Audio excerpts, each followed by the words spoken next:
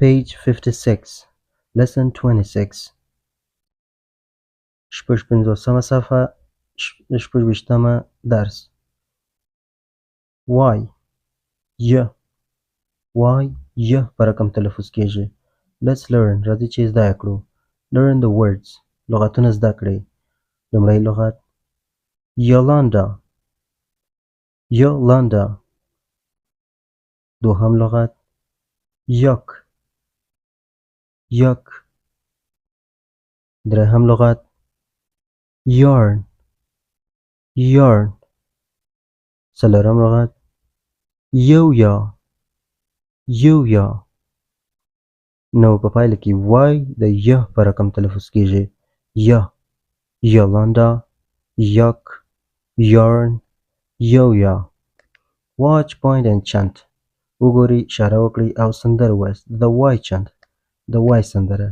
Listen and sing the why song غوږ ونیسئ او د why سندره ووایاست. Let's talk راځئ چې خبرې وکړو. Listen and say غوږ ونیسئ او ووایاست. I can swim زه لامبو وهلی سم. مخکې مو وویل چې I can یعنی زه کولی سم. swim لامبو وهلو ته وایي. I can swim زه لامبو وهلی سم. I can dance زه کولی سم ډانس وکم یا رقص وکم. I can sing زه کولی سم سندر وایم. I can hope زه کولی سم. په پایله کې د درس په اخر کې I can say the why words زه کولی سم د why لغتونه ولولم. I can say I can swim زه کولی سم ووایم چې زه لامبو وهلی سم. نو که چیرې درس مو زده سوی وي ټیک مارک یې کړئ. I can hop Page 58 Lesson 27 اته پنځوسمه صفحه اوویشتم درس The alphabet الفبا حروف. Let's learn راځئ چې زده کړو. Listen, point and sing غوږ ونیسئ، اشاره ورته وکړئ او سندره ووایاست. ګرانو زده کوونکو دا ستاسې دپاره دی.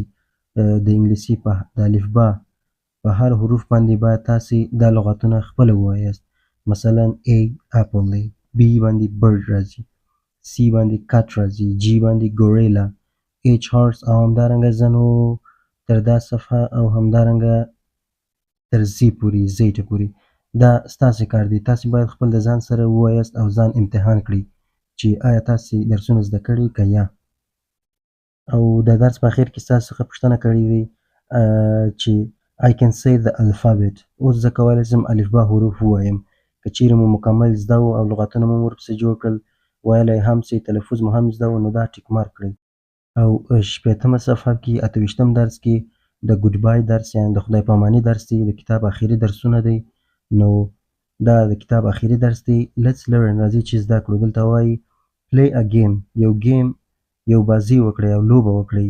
say the letters حروف ووایاست. say a word او یو لغت هم ورسره ووایاست.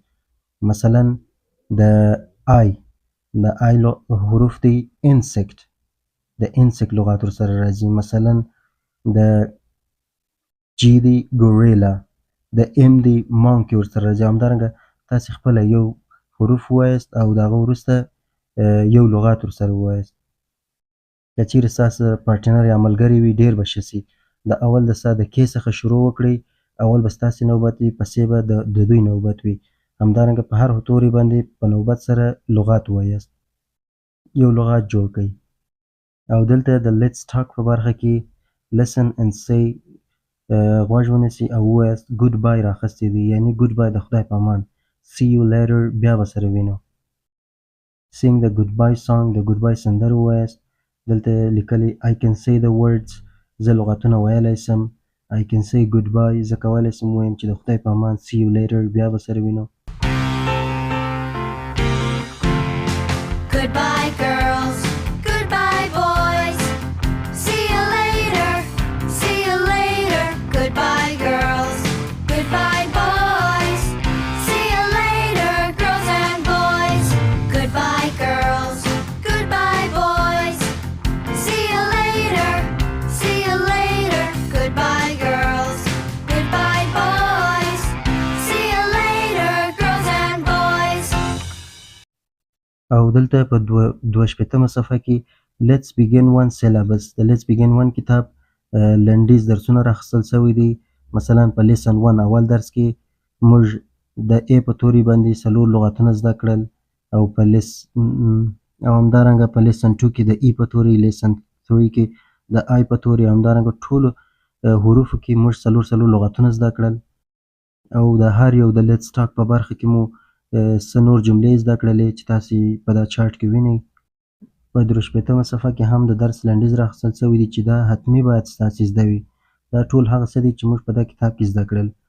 د هر درس یا په هر درس کې د انګلیسي په هر حروف باندې موږ 4 لغتونه زده کړل چې حتمي باید ستاسې زده وي. د Let's talk په برخه کې مو څو جملې زده کړې دي، هغه هم باید ستاسې زده وي چې راتلونکي کتاب کې مشکل ونه لرئ. په 44مه صفحه کې ورډ لیست لرو، د لغتونو لیست. دا ټول هغه لغتونه دي چې موږ په دا کتاب کې زده کړي دي. دا حتمي باید ستاسې زده وي. دلته د ډکشنري په توګه تاسو ته لغتونه راخیستل سوي دي. مثلا په هر درس کې مو کوم لغات نه وي زده، دلته د A څخه نیولې په ترتیب سره A B C D F په دا رقم ډکشنري په ډول تاسو دلته لغتونه راخیستل سوي کولی شئ هغه لغت دلته پیدا کړئ او معنا یې ورسره ولیکئ او ځان ټیسټ کړئ چې ایا ستاسې ټول لغتونه زده دی که یا. او په پایله کې دا هم د کتاب اخرنۍ صفحه. راتلونکی کتاب مو د Let's begin 2 په نامه دی چې په هغه کې موږ تر دا کتاب ډېر څه زده کوو. همداسې مخته ځو. انشاءالله موږ تاسو به په روانه انګلیسي خبرې وکړو.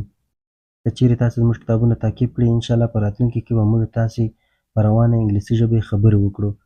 زموږ درسونه ادامه لري. مننه کوم چې تر دې دمه راسره وست. خدای پاک مو مل او ملګری شه. تر راتلونکي درسونو ښه وخت.